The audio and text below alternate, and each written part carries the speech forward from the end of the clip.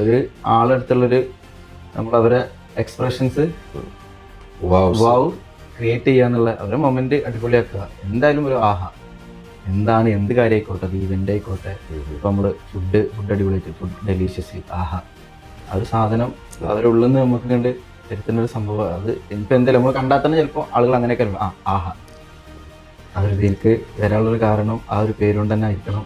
ശരിക്കും ഈ പേര് നിങ്ങൾക്ക് വളരെ സപ്പോർട്ടീവായിട്ടുള്ള ഘടകങ്ങൾ ഉണ്ടായിട്ടുണ്ടോ? തീർച്ചയായിട്ടും അത് അങ്ങനെ ഉണ്ടായിട്ടുണ്ട്. കാരണം ഞാൻ ഇത് തുടങ്ങുന്നതിന് മുന്നേ 2 വർഷത്തോളം ഞാൻ ഇതിനെക്കുറിച്ച് നല്ലോണം സ്റ്റഡി ചെയ്യാന്ന് ഞാൻ എൻ്റെ പ്രൊഫഷൻ വിട്ടിട്ട് പാഷനിലേക്ക് ഇങ്ങനെ മാറി തുടങ്ങുന്ന ഒരു കാലം ഉണ്ട്. അത് സമയം മുതലേ ഞാൻ ശരിക്കും ഈ കരിയറിലേക്ക് എങ്ങനെ എത്തിപ്പെട്ടത്? തുടങ്ങണത് കുറെ കാലങ്ങൾ മുന്നേ ഇങ്ങനെ ഫാമിലി ആയിട്ട് ഉപ്പ എൻ്റെ ഉപ്പ അവരൊക്കെ ആയിട്ട് ഇങ്ങനെ ഒരു റെസ്റ്റോറന്റ് ഫീൽഡിൽ ഇങ്ങനെ ദീർഘകാലം പറഞ്ഞു. അവരുടെ ലൈഫ് മൊത്തം റെസ്റ്റോറന്റ് എന്നുള്ളൊരു കിച്ചൺ എന്നുള്ളൊരു സാധനത്തിലായിരുന്നു.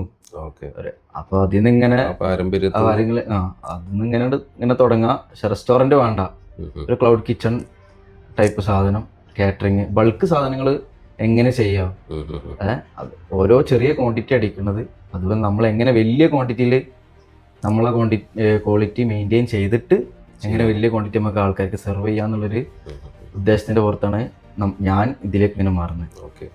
ശരിക്ക് ഒരു ഈവന്റ് മാനേജ്മെന്റ് തിരഞ്ഞെടുക്കുമ്പോൾ അതിൽ ഫുഡ് ഒരു പാർട്ടാണ്, അതിന്റെ അപ്പുറത്തേക്ക് കുറേ കാര്യങ്ങളുണ്ട്.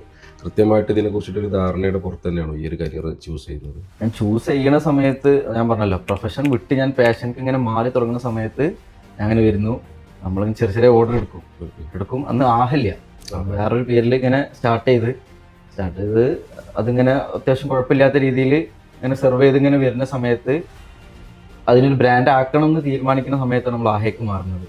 ഇടയിൽ 2 വർഷത്തോളം ഞാൻ അതിനെക്കുറിച്ച് ഞാൻ ഒറ്റയ്ക്ക് പഠനം നടത്തിയിട്ടുണ്ട്. സർവീസ് ആയാലും എങ്ങനെ ഫുഡ് എങ്ങനെ അത് പ്രിപ്പറേഷന്റെ സ്ഥലം വരെ നമ്മൾ എങ്ങനെ ആയിരിക്കണം, ആ ഒരു സ്ഥലത്തേക്കൊക്കെ നമ്മൾ ഒരുപാട് സ്ഥലങ്ങൾ പോയി കണ്ടിട്ടു.